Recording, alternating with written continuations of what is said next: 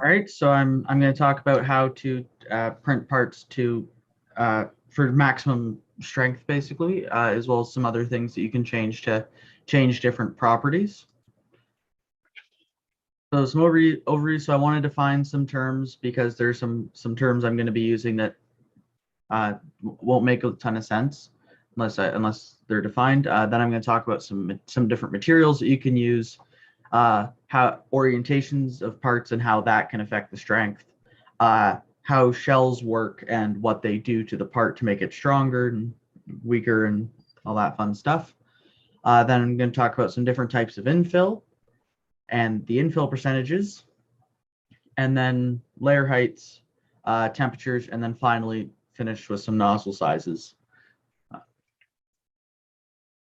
So I'm going to start by defining stringing. So stringing is what happens when leftover filament basically leaks out the end of the nozzle while the printer is moving the print head from one spot to another.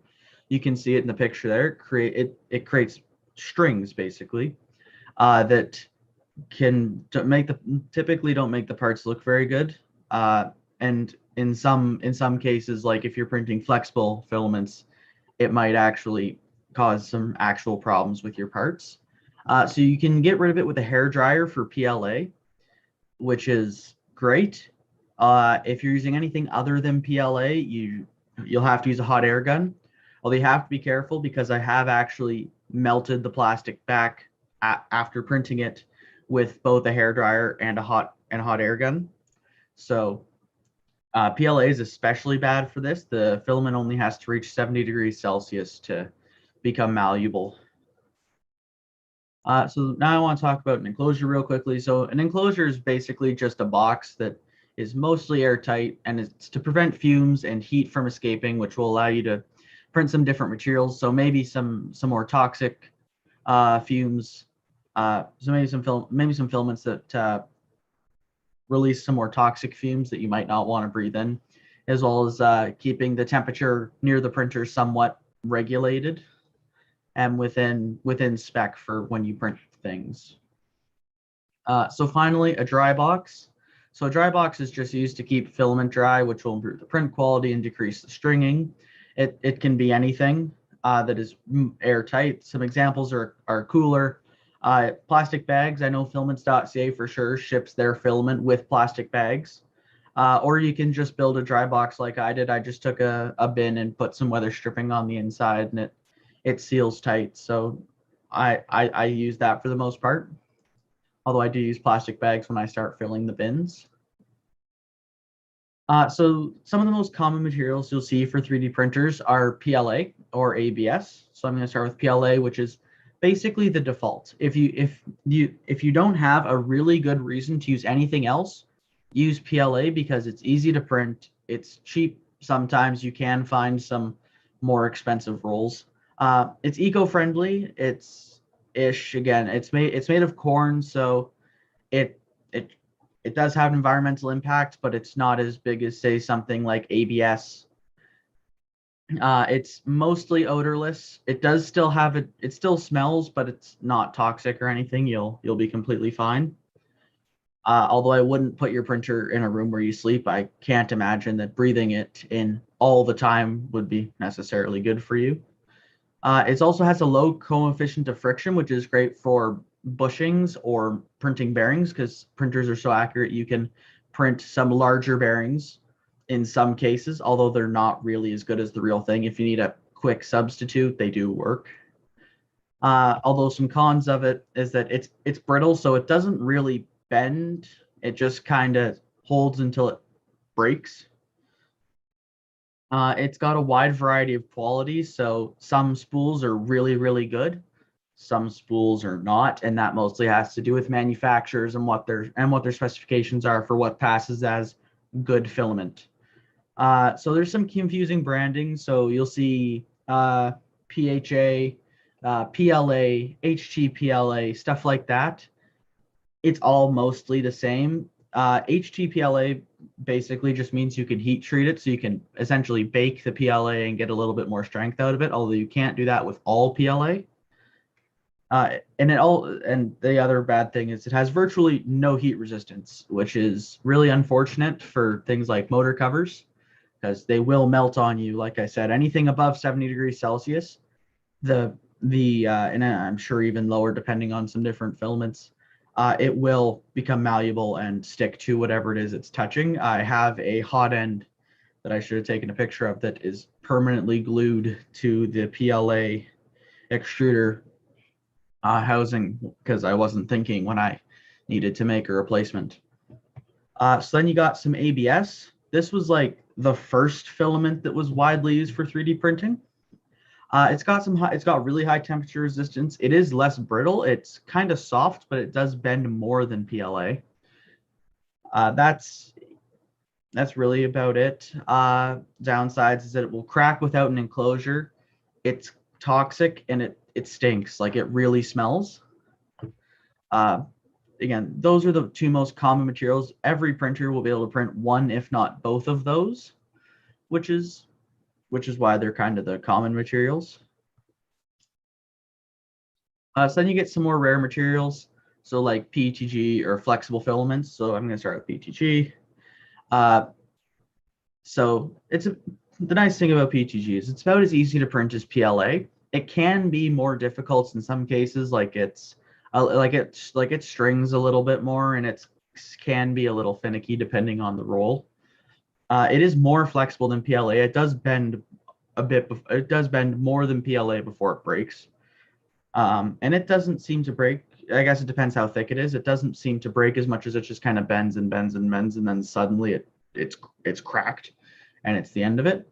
And it also requires no enclosure, and which is really good because it has, again, quite a lot. It takes quite a lot of heat to actually melt it, which is why on stuff like the Prusa Mark IIIs and on the Prusa Mini, I believe as well, the extruder housing is actually printed. So it's got high temperature resistance. It doesn't really melt once you've printed it. Some downsides are as though it is quite expensive, and some printers don't really handle it very well. And it does require heated bed like ABS. Petg is basically what if you took PLA and ABS and kind of met in the middle somewhere with both some of the upsides and the downsides of both. So then move on to flex. So I'm just grouping together a massive range of materials. This is like TPU, TPE, and TPR, as well as Ninja Flex, just to name a few. It's elastic. It doesn't warp very much. It doesn't shrink very much, and it has impact resistance because it's more rubbery than traditional plastic. So like if you needed something to be a little more impact resistant, flex might be a good thing for that if you want it to bend a little bit. Some downsides is that it is prone to stringing and clogging. So we already talked about stringing. Clogging, basically it just clogs your nozzle and your print will just fail. It's also hygroscopic, which basically just means it sucks the moisture out of the air, which is why it needs to be stored in a dry box of some kind, be it a Ziploc bag, a box, or a cooler. If you don't, it will string a lot, which makes it very difficult to use later. It's also a pain to remove things like supports in post-processing. So if you need to pull off a brim or a raft or supports, it doesn't really like to do that because it's, again, more rubbery than traditional plastic. It is difficult to print with. It has low print speeds. Again, it's to prevent stringing and that kind of stuff mostly. It also, printing it with a Bowden tube is really, really challenging. I haven't had any experience with it, but from what I've read online, it sounds like an experience people don't typically recommend, although people do it. It is a thing people do. It's just not as easy as maybe some other printers. So to talk about some more uncommon materials, ASA. Basically, ASA is improved ABS. So it's got high temperature resistance. It doesn't string. It's got high impact and wear resistant, which is super nice in something like an industrial setting. Granted, it does warp quite a lot. It requires an enclosure, and it has toxic fumes, as well as it's hygroscopic again, which will increase stringing, which will make printing it more difficult. Uh, then you've got PC or PC blends. Uh,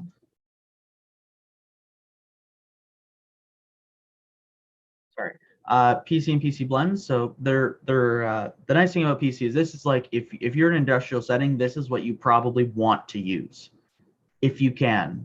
It's got high temperature resistance, high impact, and tensile strength, and it's a great insulator for against heat. The one downside is that it is toxic, and it's a pain to print and requires an enclosure. It warps, and it's like twice if not three times as much in some cases as a spool of PLA, which does not make it a super affordable option for things like FRC. So that's just kind of a brief guide of materials. I have the link to Prusa's material guide. So you can see there, it's got all the different. It tells you what you need and what you don't need to print or store materials, as well as nozzles and bed temperatures. Printable on the different sheets. That doesn't matter. Those are mostly just Prusa sheets. Although if you have a PEI coded sheet, it might be relevant to you. I can't interact with it, but each one of these has a drop-down menu, which will take you to their more detailed guide about that particular filament and how good it is at certain things. So maybe it's heat resistance or it's warping or that kind of stuff. So to move on from materials to print orientation, basically you always want it. The goal is that what it is to try to print your part so that wherever you're most likely to have an impact against your part is compressing the lines instead of going with the lines, kind of like wood. So basically what this means is that you want the strongest side to be parallel to the plate. So you want the face of the object to be on the plate. That is the orientation that will be strongest against impacts. So to move on to shells, shells are pretty simple. More shells equals more strength, which is great, although it does use more material, which gets a lot more expensive when you start to have many, many, many shells, as you can see on the right there in the picture, as well as more weight. It also takes more time because it has to take more passes at going around the outside. It basically is the same principle as if you were to take 16th inch tube and 8th inch tube. The 8th inch will be stronger than the 16th inch in the case of metal. That it's really simple. It's just basically changing the wall thickness. So I'm now gonna talk about some infill types. So you can see every infill type that was available to me in Prusa Slicer. I'm not going to talk about most of these because most of them aren't relevant for printing things stronger. Something like, if I remember correctly, the Archimedes cords is great for things like resin. So if you need to fill your part with resin for something, that's kind of good for that. All right, so now to get more detailed on some of the more common ones and the ones you'll probably use most often. So rectilinear, this is available in every slicer, to my knowledge. It creates basically an X pattern, so it goes diagonal in one direction on one layer, and then it goes opposite diagonal on the next layer to create an X pattern. It's fast, which is also a benefit. Although granted, it's not quite as strong as some other options, like honeycomb. So it's stronger than rectilinear. Although it does take longer and use about 25% more filament, which it is quite a bit stronger, but it takes longer and uses more filament. So depending on what you're doing, that might be a trade-off. This is kind of helpful for FRC, especially when you start having impacts that aren't perfectly straight on. The honeycomb typically holds up better than the rectilinear. So to move on to some of the other ones that you might want to use, cubic. It's the same usage and time as rectilinear for the most part, although because it creates triangles basically, it has great heat insulation. So if you're making a motor cover and you're using a material that maybe you're using ABS and your motor's getting really hot for some reason, if you're trying to squeeze every bit of heat resistance out of it, cubic might be a good infill choice for that particular use case. And it prints at the same speed again, which is really helpful. Then you got Gyroid, which, as you can see in the right corner, has the infill is in such a shape that it provides strength in every direction, which is super nice. As unlike rectilinear or even honeycomb, when the gyroid, it overlaps so that even when you hit it on the side, it's just the same as if you hit it from the top or from the bottom, from the orientation it was printed. It is also slightly faster than rectilinear, as well as it has a little bit lower usage, which is all very, very good. Although it's not available everywhere to my knowledge, and there are times when you might want, where you may have a part that's only ever going to get hit in one particular way, and in which case you might want to get honeycomb because you can squeeze a little bit more strength out of it. So now I want to talk about infill percentages. So basically all infill percentages is just changing the density of the filament, changing the density of the infill, sorry, which uses more filament and does have a diminishing return. So as you get as you get closer and closer to 100%, what you gain from that additional percentage is less and less. It also adds more weight for the more infill you add. I typically find that 10 to 25% is the sweet spot in terms of maximizing the strength while minimizing the weight. I can't remember the last time I used over 50%. It just doesn't really buy you enough to be worth the trade-off in cost as well as weight. So another thing that you might not think about but does actually affect the strength of a part is layer heights. So like the 0.15 millimeter layer height is the strongest. Although a 0.20 millimeter layer height is a very close second. However, it is 30% faster for a very similar strength, to a point where I would argue that the time saved might be worth that little bit of strength you sacrifice. It isn't very much. So as you can kind of see in the picture here how it works. So this is obviously scaled up quite a lot, but you can see how much the filament overlaps from the previous layer to the next. So temperatures also can greatly affect the strength of a part.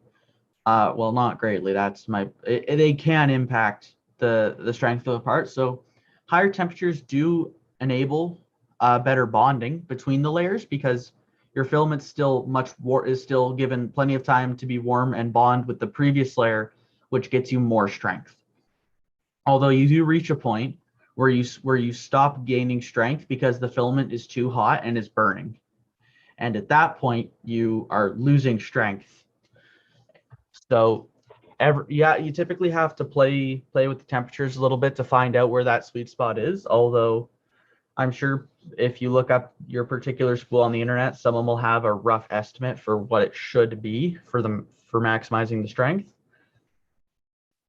Colder rooms also can be a problem because it cools the filament faster, so the bonding is not as strong, as well as causes warping problems. This can be especially a challenge if you leave your printer in the furnace room like I do over the winter, which gets below 15 degrees Celsius, which means that if I don't run a space heater, my prints warp and eventually fail.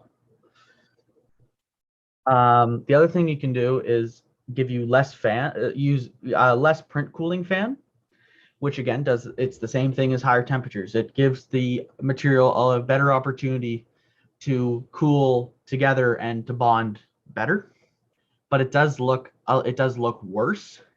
If you're making a mechanical part, I would argue that doesn't really matter. At the end of the day, you want it to be as strong as possible if you need that. Although if you're printing a figurine, for example, you probably want it to look really good, in which case you might want more print fan.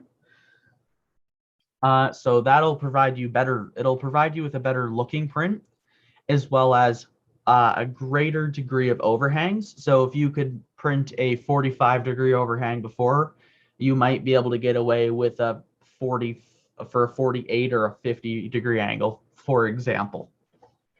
Although it does lessen the strength of the part, which if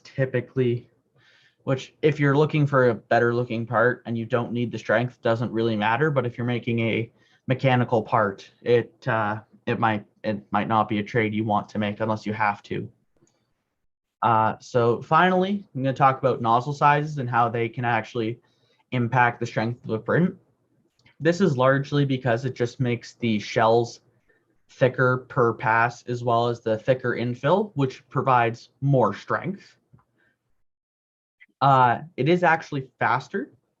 So obviously the print nozzle is wider, it takes less passes to fill the space, as well as less, depending on the slicer, you either define it in millimeters or in shell passes, basically. And that'll change how thick it is. They do provide less detail though, so your prints won't look quite as nice. It also eats filament, especially as you get bigger and bigger from the standard 0.4 millimeter.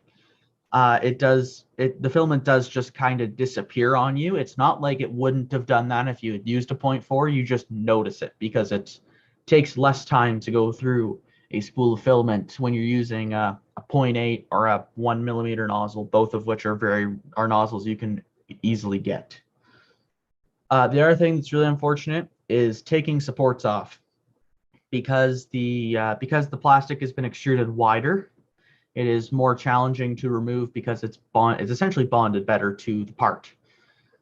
Not that can be an issue, but it can be helpful to have that additional strength, even if the supports are challenging to take off, because you don't have to remove supports a lot on some more mechanical parts typically.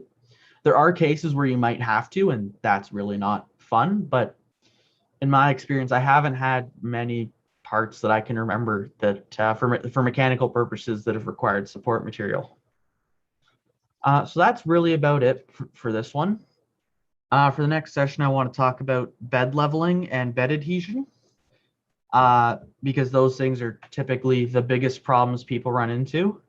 So that'll basically be some tricks to leveling your bed, as your print bed, as well as some hacks to get around not having a heated print bed. As someone who has not had a heated print bed on a printer in the past, I've learned all kinds of tricks that are very helpful. Obviously, having a heated bed is preferred, and most printers these days have them. But if you buy one Kijiji, maybe it might not have one. If you're buying a used one, for example, or an older model. But anyway, that about does it. So, yeah.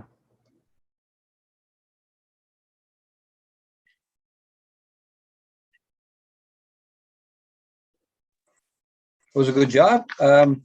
Tyler's a question. If you change the print density, so the higher print density, does that to make your parts more susceptible to warping?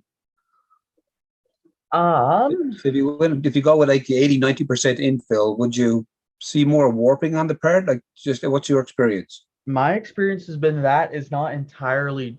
I've never had that experience. It typically warping is more related to the bed temperature or the ambient temperature being a problem. Right. So. Yeah, because I've never printed anything with a lot of infill. Yeah, I think I printed the gears for my RC car at 100% infill because the teeth were stripping too much. So. Good to know. Yeah. All right.